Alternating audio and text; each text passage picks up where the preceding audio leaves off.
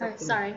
Hi, my name's Christine, and I've been using clickers for a while, and then I think Daniela actually introduced me to Polleverywhere, and I must admit I still use clickers more than I use Polleverywhere. I'll explain right at the end, and I just wanted to share some thoughts about how I use it, or yeah, what you can do with the. Why am I not? Ooh.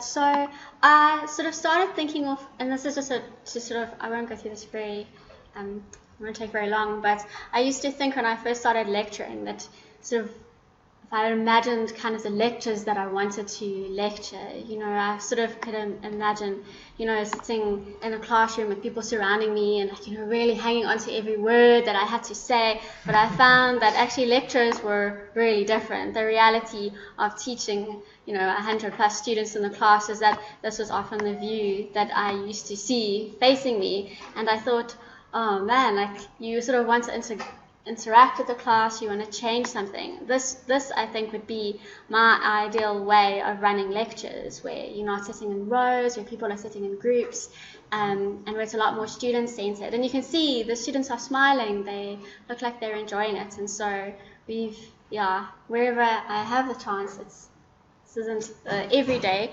but this is the dream, I suppose, that I'd like to obtain in classes.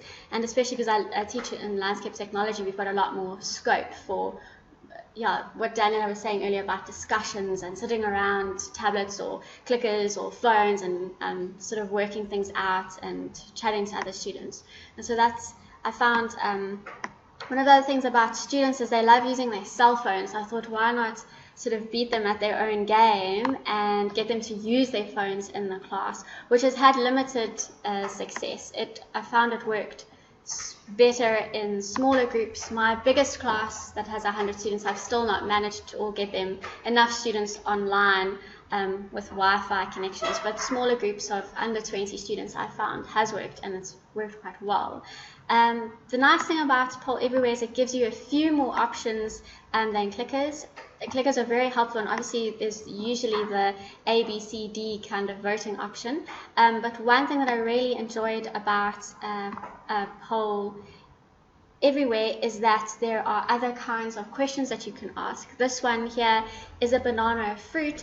Students aren't really, they can put their own answers in. So these answers that you see up here are answers that they've typed in now. So it's on their phones, they've got access to a keyboard, they're starting to type in answers. And they can actually rank those answers. So when somebody else has suggested something, they can start to move those answers up and down. So students have now started voting more for a particular answer than not. And so it's a sort of recording of the discussion that's happening in class and changing. And then also just the idea of that students can input any answer, because although Daniela showed some really good examples of complex questions that you can show where students are setting up discussions, sometimes I feel like it would be nice for students to come up with their own answer and to sort of interact a little bit more. So you can ask questions where there's an input, and it works a bit like a Wordle or a Cloud, where the more common answers are bigger. So Snow White would have been a more common answer from students than maybe Shrek or something like that. Polleverywhere is very easy to set up. In fact, you don't even need an account to go to do your first Polleverywhere. If you go straight onto polleverywhere.com, you can create a poll immediately.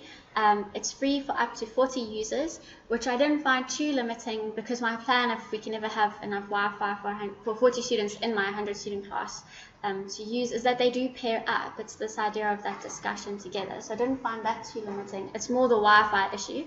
And you can ask more than multiple choice questions. It also embeds in PowerPoint and Google Docs, so you can take it through to other platforms. And I find like your imagination is the only limit. And then I have put a little asterisk there, because you do need Wi-Fi with 3D connection for projectors and students, and they need to have access to smartphones, tablets, or laptops.